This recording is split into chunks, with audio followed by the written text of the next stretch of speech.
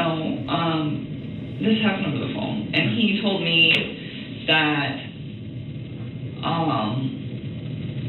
that was when I had said, hey, when you go to North Carolina, I really think you should try to fix things with your wife. And he kept asking, well, what about us? And I was trying to kind of take a step back and see if he would fix things before attempting to pursue things with me, because I wanted to know that if all of these things he's saying, like, yes, we're getting separated, and yes, you know, all of these things that he's saying are happening, I wanted to know that it was like, you were doing this like you said you were prior to me coming in your life, and it had nothing to do with me, you know? And so for me, it was like, I really wanted them to fix it. I would have just, like, left the situation.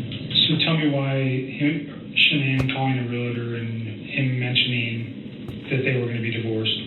Hey guys, welcome back to Rabbit Hole Rocks. This is part 2 of Nichol Kessinger's second Cringe police interview, featuring CBI Agent Kevin Koback. So without any further ado, let's go ahead and dive into the video. So you said he's handsome, huh? Did you send her a picture? Mm-hmm. And that's not attached here? Is that because do you think from what you deleted? I think it's from when I deleted all my photos of his stuff.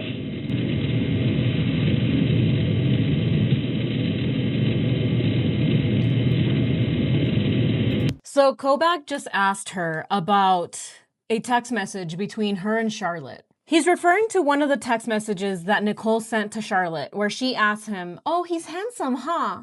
And so this makes Kevin ask her, did you send her a picture? But of course, since she deleted all of the text messages, the picture itself is not in there. Oh, I deleted everything because I was just so angry. It was the lie that made me delete everything, and it was the hurt. Oh, that just made me want to throw my phone out the window. But yeah, we still see Kevin scrolling through Nichol's phone, and I can almost sense the tension in the room. She's just there. She's just staring at him like... Yeah, you know, other than all of those text messages, there should be nothing more in there.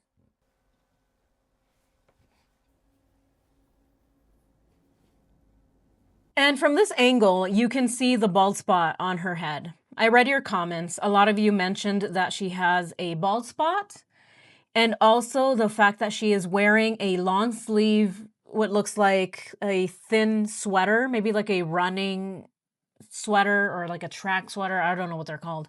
But it is the middle of summer. This is August 23rd to be exact, which, by the way, thank you all for letting me know the date of this interview. The first interview was on August 16th and the second one is August 23rd. So about a week later.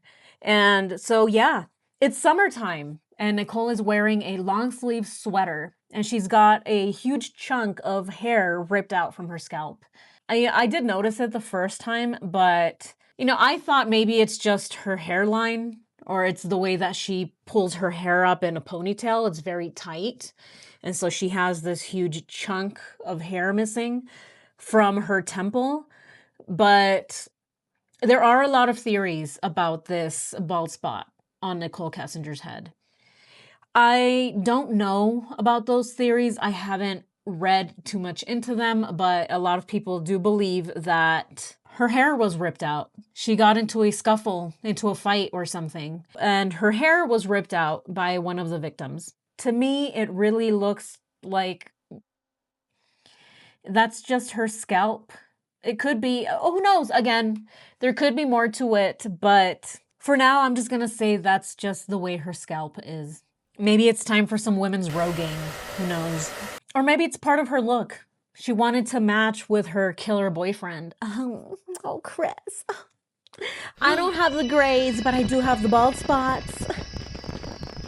So who knows? Who knows? Maybe it's the look, maybe it's just her scalp, or maybe her hair got ripped out. Let's continue. He's kind of short. I mean, I talked to her in a way that I wouldn't like talk to him as like my girl, you know what I'm saying? I get it. No, I'm just Very, teasing you a little bit. Let's see that again. Kevin is joking with Nichol. Oh, he's short? Oh, you don't like short guys? Dang. What about guys that are 5'5"? I'm a tall 5'5", you know. Some days are better than others, especially here in Colorado. The elevation helps me grow an inch sometimes in all the right places. Her boyfriend killed his family, and she is sitting here as the mistress, aka witness. But he's joking with her. Oh, he's short. Why? And then he tells her, oh, I'm just teasing. I'm just teasing. It's so weird. It is so weird. Kevin Kobach is a mystery to me. But I do believe that someone else should have interviewed her. I think he had a crush on her. I think he had a little crush on her, and I know that many of you believe that he had a crush on her too. I mean, it's easy to believe when you see this kind of treatment. And the way he's joking with her, he's looking through her phone. Again, this is a triple, quadruple homicide. 2 children, an unborn child, and a pregnant woman were murdered. But he's joking with the mistress. So weird. Let's continue. So now you're just talking about shoes and other stuff. okay. But then she brought it up again last night, but she didn't Brought up what? but she didn't like connect the dots. She was like freaking out, like her dad just. Here we go again. She's talking about her friend Charlotte not connecting the dots. She didn't connect the dots. And also, see how quickly she took the phone away from Kevin. Oh, yeah. Let me show you real quick. Yeah, so, yeah, if you scroll all the way. Yeah, you see this one here? Yeah. She's not connecting the dots. Yeah. There's a lot with this Charlotte not connecting the dots. She keeps bringing this up. What is the importance of this, I wonder? Let me know what you all think and why she keeps bringing up Charlotte not connecting the dots. I've kind of just been wondering, why does she keep bringing up Charlotte? She mentions it over and over again, even during her phone call with Kobach. So my theory is that the reason that she keeps saying that Charlotte doesn't know and she can't piece things together is because she is trying to make it seem like Charlotte doesn't know anything or that she doesn't know enough to be questioned by police. If she just keeps saying, oh, they don't really know anything. They don't really know anything. You're wasting your time asking them questions. They don't know anything. Charlotte, she can't even piece things together. She doesn't even know that Chris and the guy at Anadarko are the same guy. It's the only thing that makes sense to me. The only reason that she keeps saying that her best friend, possibly the one who knows the most about Chris, other than Jim, if she makes it seem like Charlotte doesn't know enough, then maybe the police can back away. They'll back off a little. They won't ask her that many questions. And so that is really the only thing that makes sense to me and why Nichol keeps saying that. With Jim, all she said was, leave Jim alone. Don't bring him into this. And it worked. Kevin stopped questioning her about Jim. But in this case, she can't just say, leave Charlotte alone, because obviously there are text messages between them.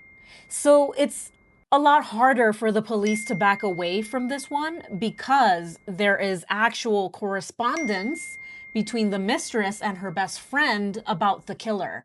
So what she does in this case, since she can't just say, leave Charlotte alone, is she hasn't even pieced things together. She's going through such a hard time. Her dad just died. Leave her alone. Her dad just died. So she's using other things to get out of this one. Oh, she's got a lot of emotional distress. Don't bother her with this. She's got too much going on. That's just my opinion. But let me know what you all think. I hate it, but she didn't like connect the dots. She was like freaking out, like her dad just died. And she was really upset. She wanted me to come see her on Saturday because it's his week. So unexpected. Kind of, sort of. He had Parkinson's. So kind of, but not. You know what I'm saying? It was a very drawn out thing. But she's having a really hard time with it. I knew she would. And she's like, can you make the wake on Saturday? And I was like, I'm really hesitant to leave the house. And I didn't tell her that, but I was like, I don't know. I'll try. And I'm going to go, but I'm not going to tell her until it's like right before I have to be there. And she what did she reference though? Just Chris the guy. I'm more interested. No, she didn't even ask me if she was just like, she's like, I don't know what's going on. She's like, you can just read it. Okay. So you mentioned on your text before you were coming that there was other information that you thought of that was important again? Yeah. More info? You know, let me get so sidetracked. I'll look at this, will you do that? And then... I'll show you where it is. Yeah, show me so where it much is. in here. Like, I'll just say... You guys talk a lot. Oh, yeah. She is like right here. So first she sends me this, and she's not even asking me about him. She's saying he looks like her ex. That's when she first brings him up. She doesn't even mention me at that point. In my opinion, Nichol Kessinger is stalling here. So Kevin just asked her about the important information that she has because she texted him yet again, letting him know that she remembers more stuff. In the last video, we did Nichol Kessinger's phone call to Kevin Kobach. During that phone call, right, the reason that they're even having that phone call in the first place was because Nichol texted Kevin at 2 in the morning, letting him know that she remembers more stuff. And during that phone call, we see the exact same thing, the same type of behavior that we see from Nichol in this interview. She claims to have more information, but when she shows up, she forgets, oh, I'm so sidetracked. Oh, I just have so much going on. That's right, we were talking about that, weren't we? So we're not talking about Charlotte's messages anymore for the 7th time, right? We're not, okay. Right, you want me to tell you something new. Let's see. What can I tell you? Remember, this is August 23rd. The murders happened August 13th. She has been interviewed numerous times prior to this. And in our phone call, we hear her talk about Charlotte's text messages. It's the first thing she brings up. And in this interview on August 23rd, she brings up Charlotte's text messages again. It's the first thing that she brings up during any interview with Kevin Kobach after the first one, after the one on August 16th. Every time that she says that she has new things to remember, she always brings up Charlotte's text messages first. Because again, in my opinion, that is the most important thing for her, is to make sure that they don't have all of those text messages.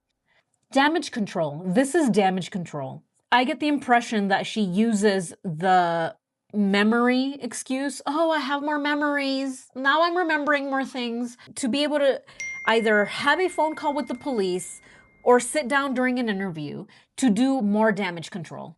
It's an excuse. She doesn't have more information. She does, but she doesn't want to give it up. Kevin is over it. He's having to cut her off. Let's talk about the information that you supposedly have. I don't even think she realizes it's the same guy. Like, legitimately. I think this girl is so wrapped up in all the stuff that she's got going on right now that I don't think it's even processing. I mean, you can just tell by the... I'm going to go ahead and rewind it a little bit. Let's just go ahead and see that again. Because just like in our last Nichol Kessinger phone call, she derails Kevin. Every single time Kevin wants more information about the 111-minute phone call, or where's this new information that you have? She always finds a way to distract him away from that question. And she did it again. So let's go ahead and watch. Let's observe how she does this. Because Kevin just asked her, what's this new information you have?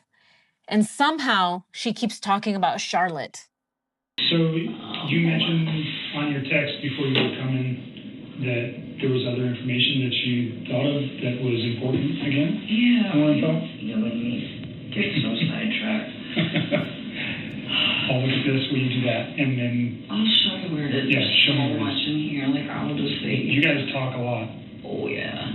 She is like right here. So first she sends me this. And she's not even asking me about him. She's saying he looks like her ex. That's when she first brings him up.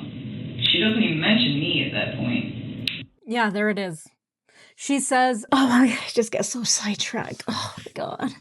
I'm going through such a rough time right now. But yeah, here, let me show you that one text message. Yeah. She doesn't even mention me. Yeah. She showed me this picture. Oh, all she says is, it looks like her ex. Oh my God, here, look at that. Scroll through all that. So she distracted him again. But let's see if Kevin is able to recover from this one. I don't even think she realizes it's the same guy. Like, legitimately. I think this girl is so wrapped up in all the stuff that she's got going on right now that I don't think it's even processing. I mean, you can just tell by the way that she, like, talks. See, and she's all upset because I asked her to not talk to the media, and it happened to be the day that her dad died, and I'm sitting here trying to comfort her. Is this your best friend? Yes. This girl is like my whole world. All right. Very important question that Kevin asked. Is she your best friend? And then Nichol says, yes. This girl's like my whole world. The whisper again. The whisper. It's something that a lot of guilty people do. They think that whispering makes them sound less guilty. Such a straightforward question. Is she your best friend? Yes or no? Yes. She is. She's my whole world. How is it possible that Charlotte is Nicole's best friend, but she doesn't know that Chris is the same guy that her best friend was dating? Those two things are very conflicting. What kind of best friend is this? A best friend that doesn't know anything? Isn't a best friend someone who knows a lot about you? They are the closest person to you. That's why they're your best friend. But Nichol is saying that Charlotte has no clue. None whatsoever. She has no idea what Nichol is going through right now with the media storm and the fact that she's having to go in and out of police interviews. But her best friend has no clue. So Kevin asked a very logical question. This is your best friend? And so Nichol says, yes. She's my whole world. Let's continue. But you're not talking about children or your relationship with Chris or anything like that? No, the only time I ever mentioned him was like that one day. Okay. And I didn't even remember that I even had like said that to her because I just... What's her phone number? 720-425-7330.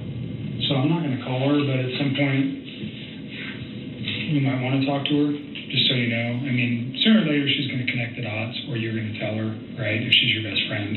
I'm not going to tell her. If she figures it out, she figures it out. Okay. I mean, yeah, that was the logical thing, right? If she's your best friend, why aren't you telling her what's going on in your life? Right? Anybody with common sense would ask, why aren't you telling your friend anything? She's your best friend. Eventually, you're going to have to tell her that this is Chris. It's the same guy that works at Anadarko, the same guy that you were dating with the kids and the house and the wife that he's supposedly separated from. Sooner or later, you have to tell your best friend, right? And Nichol says, no, I'm not going to tell her. If she wants to piece it together, then she'll piece it together. But if she doesn't figure it out, then, you know, that's on her. I'm not going to tell her. It's not like she's my best friend or anything. Let's continue. If we were going to talk to her, I'd let you know beforehand. Is that fair? Yeah, just so I can give her a heads up. And she apologized to me, because she was being kind of crazy last night. What? Okay. Kevin just told Nichol that before they reach out to Charlotte, he'll let her know. And Nichol says, yeah, thank you, so that I can give her a heads up. And we do see that happen. We see the text messages between Kevin and Nichol. Kevin lets her know, hey, I'm about to call Charlotte. Thank you for letting me know. I'll let her know. Oh, do you want me to let her know you're about to text her? And Kevin's like, no, please don't. She can give her friend a heads up. Oh, thanks for letting me know, Kevin. Hey, Charlotte. Yeah, Kevin? Yeah, he's about to call you. Yeah, thanks. Yeah, just giving you a heads up. Yeah, please don't rat me out. Thanks. Thanks, bestie. Bye. Why else would Nichol have to give her friend a heads up? Let's continue. She was. So tell me about the new info that you remember. Okay. See right here. Hold on. She says, look, man, I know you work at Anadarko. He did too. I know he murdered his wife and kids. I know he was a dog. I know you're my best friend. I know you have a good heart. I know that that guy needs to go to jail, and he will. I know you don't want publicity, and neither would I. I know that as a witness, if you say anything, it can cause a mistrial. I know you don't want that, neither do I. Fuck the media. I want my best friend here. I never fucking said anything to her about a trial. Okay. So, but see, look, she goes, I don't even care if you flirted with him or more. I know you had nothing to do with what happened, and I don't care if your job is having an open investigation. I'm not going to ask you a single question, but my pops died and you're my best friend. Okay. And I said, please stop talking about that. And she said, what are you on house arrest? And she just keeps saying, my father died, what the fuck? She was not okay last night, and I was just trying to, like, understandable, mitigate this. And I was like trying to calm her down. And I said, Charlotte, I'm trying so hard to be the best friend I can be right now. I said, I want to talk to you about that case. I didn't say the case. I said that case. Like I wasn't even affiliated with it at all. And you need to respect that. I'm here for you regarding your dad. You know this. And then But what's freaking out. I'm freaking out. You guys never had a conversation except for this past text messages about Chris and his children. No, that was it. Okay. That was it. That's fine. I mean, because he wasn't really something that I, like, super wanted everybody to know about. And I shouldn't have even mentioned it when she brought up what she had, like, going on sexually with her fiance. And it happened. But at that point... You guys are best friends. It's understandable. Yeah, see, and she keeps trying to talk about it. She says, if you're not under investigation by the police, I don't care. Why can't you attend your so-called best friend's father's death? It doesn't make sense to me. And all I told her was stop. And she just like, her dad. Yeah, and she just is like freaking out. And finally, I just told her, you know, getting mad at me isn't going to bring your dad back. And that is when she chilled. Okay. Well, she kind of went on another rant, but I had nothing. Oh my God. Being mad at me isn't going to bring your dad back. That is very cruel. That's a very cruel thing to say to your best friend whose dad just died. If Nichol doesn't even care about her best friend, why would she care about Shannan and 3 babies getting annihilated? She doesn't really seem to care about anybody but herself. She doesn't really even care about her best friend. She just told Kobach that she told her friend, oh, I'm trying to be a best friend right now. Who says that? You don't try to be someone's best friend. You just are. She just keeps going on and on and on about Charlotte. Kevin wants to move on from Charlotte. He wants to talk about the important information that Nichol supposedly remembers. She keeps talking about Charlotte. This is all about distracting, deflection. That is all that she's doing. Oh, hold on. I know you're asking me questions. Hold on, though. Look, she said, I know you're my best friend. I know you don't want the media there. I know that you didn't do anything. I don't care. Oh my God. I don't even care that your job is doing an investigation. Look, Kevin, there's also this other text message. It hurts. It breaks my heart.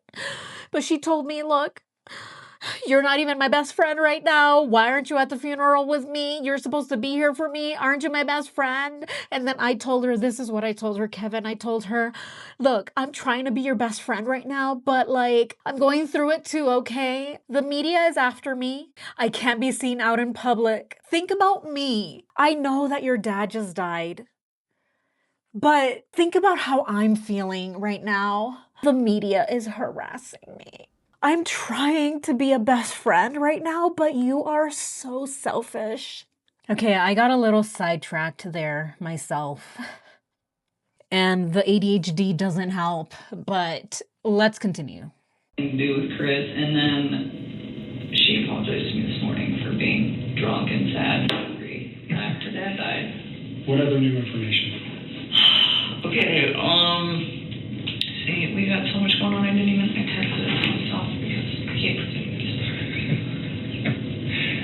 You make sure before you leave you see Hazel. You need to get some help. I know, I've been asking. Oh my gosh. Okay, here it is again. Here it is again. Kevin asked her a second time, what new information do you have? And Nichol does the exact same thing again. Oh my God, that's right, huh? How long have we been here? Yeah, that's the reason I came here. It's just that, oh my God, I'm so tired. What was the other thing I was going to tell you? And Kevin, again, getting pulled away by Nichol. You need to see Hazel afterwards. Oh, this is really affecting your memory, isn't it? It's okay if you don't remember anything today. You can call me in a week, 2 weeks, a month, a year, 3 years from now. Yeah, maybe I'll be 6 feet then. Who knows? He doesn't push her. He's telling her to go talk to Hazel. And that is how we always end up seeing Nichol lead all of the questioning, every single interview, whether it's phone, whether it's in person, whether it's at a park or an abandoned Spirit Halloween warehouse, wherever. She's always leading the investigation. She always manages to get him sidetracked, distracts him. Let's see that again. And she apologized to me this morning for being drunk and sad and angry after Dad died. What other new information? Okay, see, we got so much going on, I didn't even think to myself because I can't pretend to You make sure before you leave you see Hazel. You need to get some help. I know, I've been asking. So he was talking for a few weeks, like he mentioned. Give me a time frame. Okay. So he went to North Carolina. When he came back from North Carolina, I was informed sometime either when he was on the trip or when he was like getting back, but in that area, that they filed for divorce and that they were gonna put the house up and for sale, and he was like, she's the one that called the realtor, because he told me that he had spoke to her when he was in North Carolina about it, and then the next day she was the one who called the realtor. When you say she, Kevin asked her for a time frame. Give me a time frame. What's the dates? What's the importance of this? Here, let me write it down because this is something important, right? But she doesn't have a date. She just says, I don't know, it's the time he went to North Carolina. Yeah, I can't really remember, but during the trip in North Carolina, God, I just don't really remember a lot of this stuff. It's an act. She's not there. Again, she's not there to give any new information. Just like in the last phone call that we heard on Wednesday, she wasn't calling to give new information. She's wanting to know how many text messages they have. That's why she's there. And so when she's asked about this new information, she has to make it up on the fly. Well, I don't know. Give me a second. Let me come up with something real quick. And so she's talking about a realtor. So I'm going to write it down so that we can keep track of all of the important things that she says that she remembers. And then make a list and see how important those things really were, or if they were all red herrings. Because just like in the last phone call, the call about the sheets smelling bad and, oh, Chris was doing laundry. It was almost midnight and he's doing laundry because his kids' sheets smell so weird. A man who cleans all the time, he's so clean. He has OCD, he's always cleaning. It's so weird that such a clean man has sheets that smell bad. That is so weird, isn't it? Yeah, that was the information. That's why she texted Kevin at 2 in the morning, because she wanted to let him know about the smelly bed sheets. And here she's talking about the realtor. Oh my God. The realtor. Shannan? Yes. And when you say the time frame they came back. What was that? Let's see that And again. they were gonna put the house up for sale, and he was like, she's the one that called the realtor, because he told me that he had spoke to her when he was in North Carolina about it, and then the next day she was the one who called the realtor. When you say she, Shannan? Yes.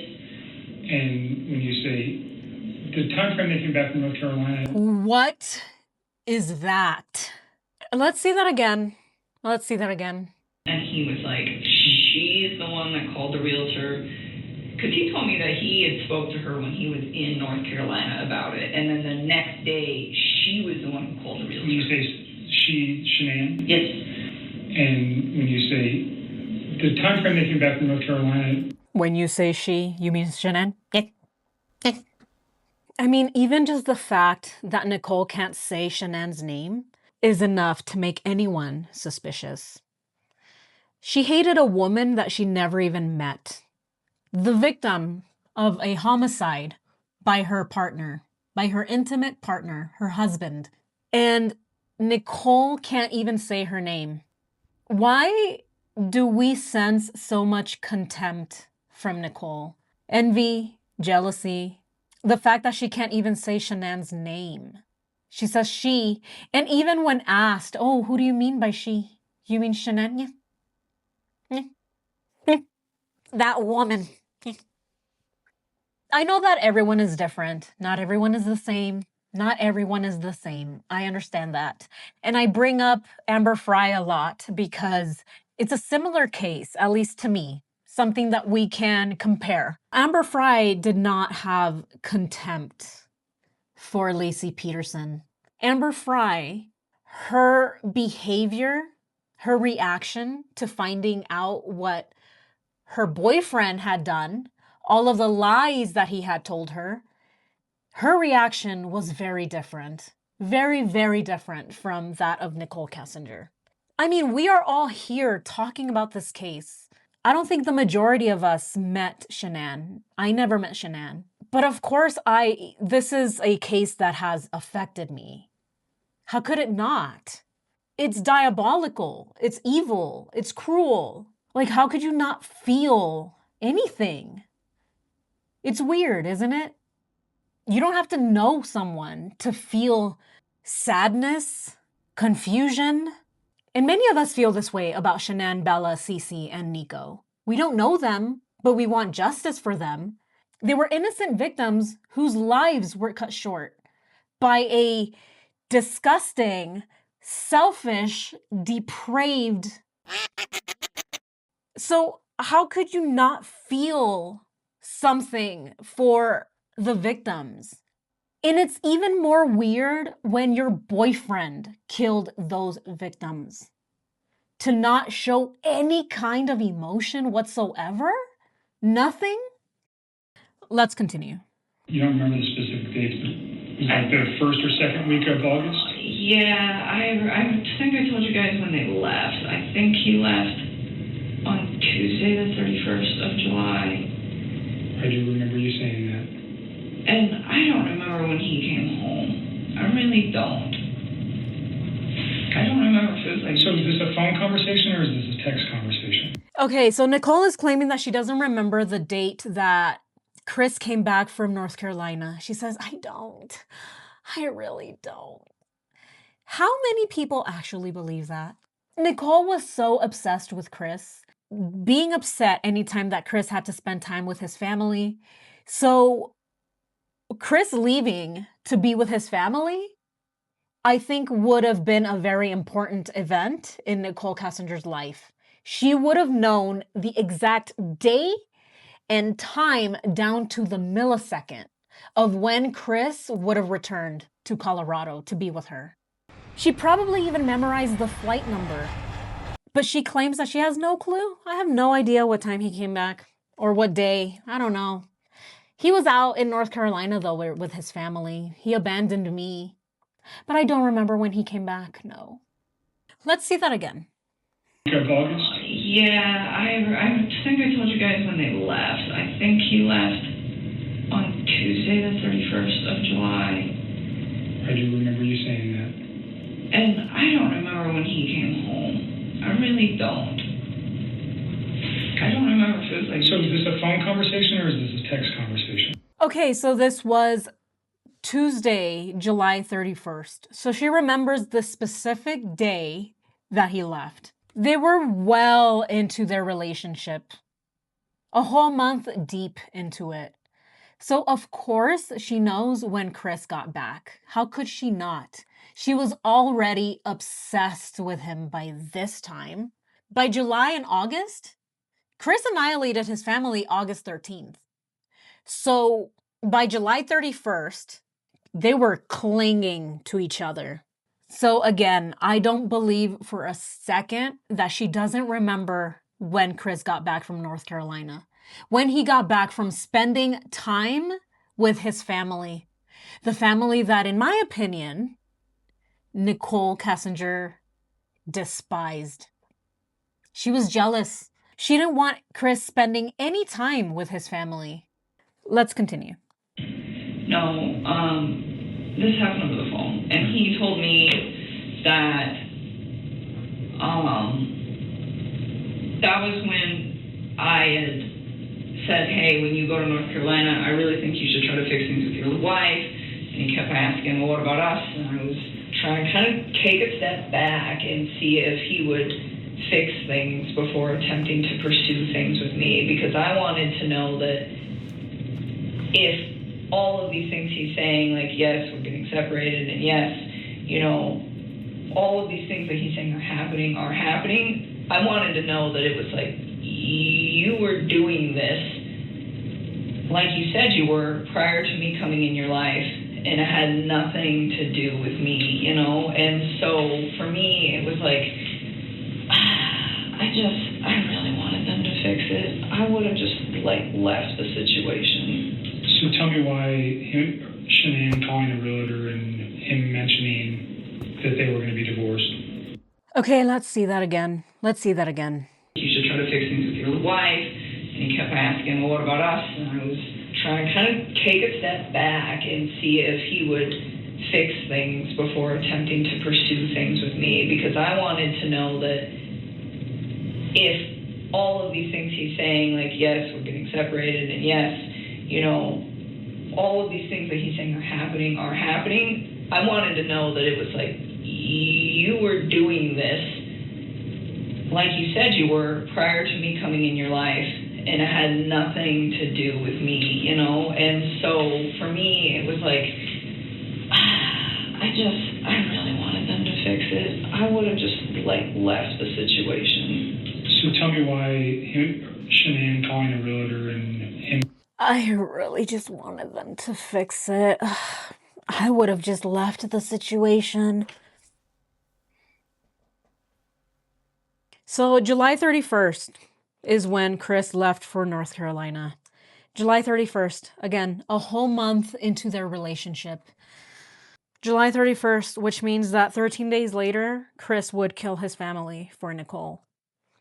But Nichol is saying that by that time, she was still telling Chris to work it out with his family. Oh, please work it out. Please work out your marriage. And that she wanted to make sure that all of this was because the marriage wasn't working out. Oh, it has nothing to do with me. I wanted to make sure that all of this was because they couldn't get along. They had irreconcilable differences. It has nothing to do with me coming into his life. To me, that reads as the opposite, the complete opposite. Her saying, oh, I wanted them to work it out. It sounds like, no, I didn't want them to work it out. And to me, it sounds like that was the ultimatum. It was that trip, in my opinion. because they were a month into their relationship. Chris still had obligations with his family. He flew out to North Carolina to be with his parents and his in-laws and his kids. So those were family obligations that Chris still had a whole month into his relationship with Nichol. And because of that, I believe that that was the ultimatum. That was the trip that did it. She did not want to come second to anybody. And the fact that Chris still was dropping everything in Colorado to go out and be with his family, to go and fulfill his obligations as a husband and as a father, I believe that that's what drove Nichol Kessinger absolutely nuts. She couldn't handle it. Her sending him nudes during that time was a way to keep him distracted, to keep him away from building that bond or trying to rebuild that bond with his kids. All of those text messages, all of the calls during the time that he was spending time with his family in North Carolina, all of those were meant to serve one purpose. And it was meant to keep Chris focused on Nichol. Please work it out with your family, please, Chris, but also... Oh, Christopher. Okay, please try to work things out with your family, but also don't forget that I'm here.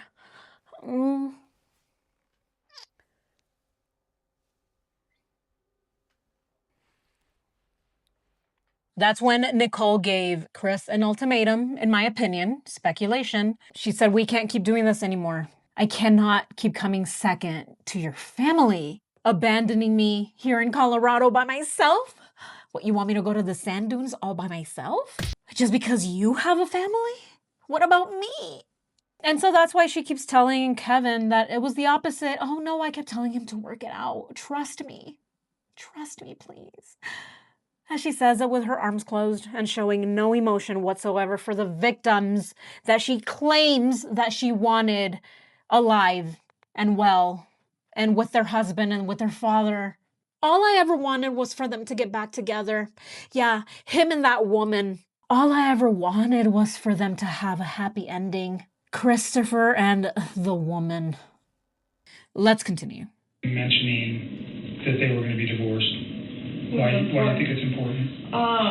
Because, so after that, he was like, she's the one who called the realtor. And I remember, I was like, damn, that was fast. Because I knew he told me, like, we were going to put the house up. But they said, he was like, we didn't know how much to offer for it. And we were kind of trying to find somebody. And it, like, so for the first few weeks that I hung out with him, he kind of, like, dragged his feet on, hey, this is happening. And then after North Carolina, he's like, yeah, she wants to put the house up. She's the one that called the realtor. And I was like, kind of taken back, not necessarily at the speed of it, given how long he said that they've been separating, but the fact that she did it like the day after he supposedly sat down and had a conversation with her about, hey, do we fix this or do we not fix this? So she just went into another rambling session. She picks up her phone and says, oh my God, yes. Okay, so like the first time we were hanging out, you know, like I was always there. We were like talking about stuff, having in the first 2 weeks.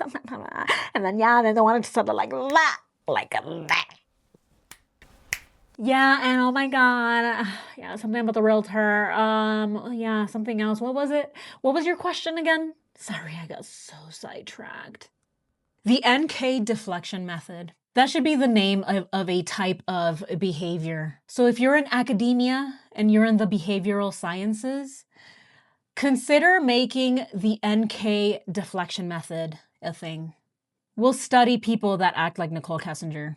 She is letting Kevin know that she has important information to tell him.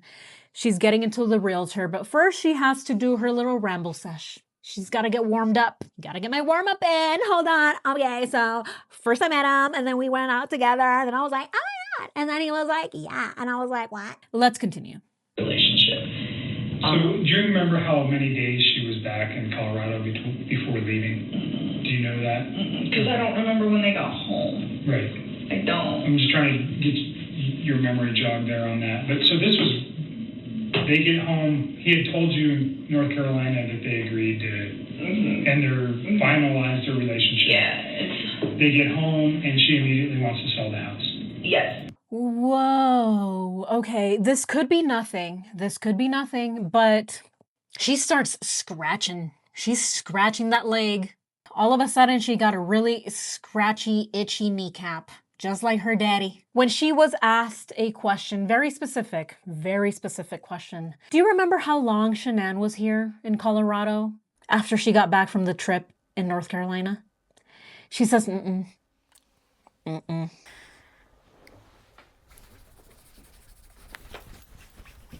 No, I don't. I really don't. Let's see that again, shall we? So, do you remember how many days she was back in Colorado before leaving? Do you know that? Because I don't remember when they got home. Right. I don't. I'm just trying to get your memory jogged there on that. But so this was, they get home, he had told you in North Carolina that they agreed to, and they're finalized their relationship. Yeah, they get home and she immediately wants to sell that. She's about to give herself whiplash. My guess is that she knew exactly when Shannan was back. That's why, in my opinion, she has a itchy knee. All of a sudden, oh no, I have no idea. No clue. Again, because I think that this question really tripped her up because it was such an important part of the plan. I keep bringing up the plan, my plan, at least my theory, right? It was such an important part of the plan. And I believe that the plan fell through, right? Because a lot of things didn't quite work out for them, allegedly, in my opinion. And one of them was the fact that Shannan's original flight was delayed or canceled. So she wasn't back Sunday. She came back Monday morning at 1:48 a.m. So that kind of derailed the plan a little bit. Because she got back home late, it kind of threw everything off. And knowing exactly how much time they had from when Shannan got back and when they were supposed to disappear is such an important and crucial piece of the plan that I believe that anytime that she gets asked anything about that, she's going to have a very obvious reaction to it. Yeah. No. Yeah. But anyway, let's continue. Yes. And then, I started thinking, okay, well, I know in Colorado, houses sell very fast here. So I was like, what's your plan? You know, and I was like, because you might want to be prepared. And I remember that's when the whole concept came up of, you probably need to start looking for a new place pretty quick. And that was when he was kind of overwhelmed with it. And I told him, I was like, look, like I just moved a few months ago. All right. Already noticing the erratic behavior. We analyzed Nichol Kessinger's first cringe police interview, and she's doing the things again. She's got the thing going on with her one hand and then this one, and she's doing these weird things again with her head. Something about this line of questioning is throwing her off, and she's doing a lot of weird things. A lot of weird things. Let's continue. I was like, to find a place that was comfortable for me, it was like, it took like a lot of research. And that's when I offered to help. I was like, I'll help you. And he seemed pretty gung-ho about it for like the first week. And he seemed very grateful. And I was... He seemed very gung-ho about it for first week. And he seems pretty grateful. To find a place that was comfortable for me, it was like, it took like a lot of research. And that's when I offered to help. I was like, I'll help you. And he seemed pretty gung-ho about it for like... Notice how Nichol and Chris speak while they're being interviewed or interrogated versus when they are not being interviewed or interrogated. Chris and Nichol use the word like a lot when they are being interviewed. But Chris, when he's talking on the phone with his parents, the word like is still there, but it's rare. It's less frequent than when he is in front of an investigator and he's having to explain the story. Oh yeah, like. And Nichol Kessinger does the same thing. In the first Cringe police interview, she said like probably 2,000 times. Who knows, I might be exaggerating, but it was a lot. She said like a lot. If we're going to assume that the cousin phone call was Nichol, during that phone call, that person also doesn't use the word like. My theory is that when you're nervous, when you've done something wrong and you're in front of an investigator and you don't want people to know what you did, the nervousness is what makes you say like a lot because you're trying to figure out what BS story to pull out of thin air, which is very different when you're having to talk to your parents. So I think that the reason that Chris and Nichol say like a lot when they're being interviewed and interrogated is because they are lying. And because they don't have their story straight, truths intertwined with lies, and that's why they're throwing like every single, they're throwing like 3 or 4 likes into one sentence. But when they're calm, when they're on the phone, when they're just talking, they're just talking to family or they're calling in, trying to defend themselves. Yeah, I'm Nichol Kessinger's cousin. Yeah, no, Nichol is not involved in this. She's in Alaska with me, her cousin. Her cousin. It's because they're not being pressured. But when you're being interviewed by somebody, and when you're being interrogated by the police and you're lying, the word like is going to be a lot more frequent. So that is my theory, but you guys let me know. Let's continue. The first week, and he seemed very grateful, and I was putting in work on it, and I was like calling him and kind of letting him know about places, and there really wasn't that many options in Brighton. I found one. I actually texted it to myself before I texted it to him because I still have that in my phone too. Because I found it and it was great, but it was like right at the beginning of my search, and I was like, I don't want to inundate him. So you said a week. You think you worked on that for a week? No, I only probably spent like a few hours over a few days and just trying to like line it up. Just trying to think about how many days she had been back while you were working on that. Do you know what I'm saying? Oh. So you said, did you actually work on it for a week straight? No. Okay. It was just like a couple days after work. I would just like spend a couple hours if I had time, like at the end of my day, or if I didn't go to the gym, and just sit down. And I mean, I can give you a date on one that I worked on because I texted that one to myself. This one, I loved this one. When is this? Saturday, August 11th. That's the night you guys went out? Yeah. To the lazy dog. Yes. Or the two lazy dogs. All right. What else? Whoa. A lot just happened. On August, okay, I need to write this down. So on August 11th, Saturday, 2 days before the murders, Nichol Kessinger sent an apartment to herself.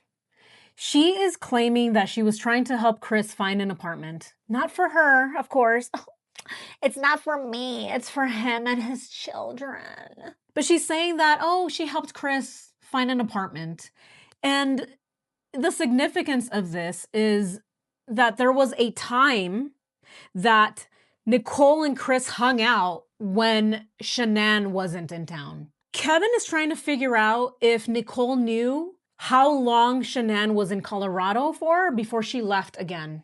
Nichol says, I don't know. I don't remember because I don't know when they got back from North Carolina. And so now she's saying that she helped Chris for a week. She was helping him look for apartments. And so Kevin tries to get clarification. So you're saying that you worked on this for a whole week? So Shannan was out of town for a week then, right?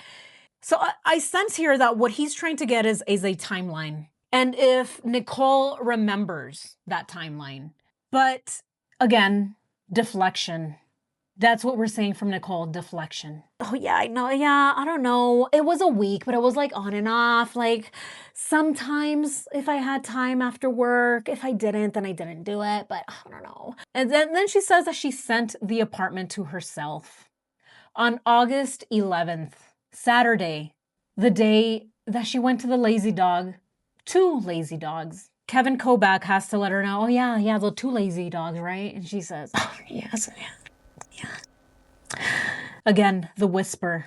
A lot of weird behavior here. Her and Chris were talking about apartments at the lazy dog 2 days before he annihilated his family. And the fact that she's sending apartments to herself. Oh, it's not for me though. It's for Chris. I sent it to myself because I wanted to show him from my phone. Yeah, it's just that I have Apple and he has Android. Sometimes the pictures look really bad. Oh, it's so pixelated. So I sent it to myself. Yeah. That way we could discuss it at the lazy dog together at all 17 lazy dogs that we visited that night. But anyway, I'm going to go ahead and stop it right here. We are at 37 minutes. We are 37 minutes into Nichol Kessinger's second cringe police interview. This time without her daddy, without Daddy Kessinger being there, scratching his knee, letting her know, hey, daughter, look at me. Eyes, Nichol, eyes. Wait, Nick. Sending her hand signals.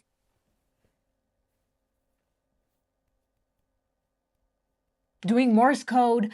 Who knows what he was doing, but anyway, he's not here this time, guiding her through this ordeal of hers. If you like this video, please go ahead and subscribe. And as always, thank you all so much for the love and support that you show on my channel. Thank you all for watching. Happy Friday, and I'll see you next time.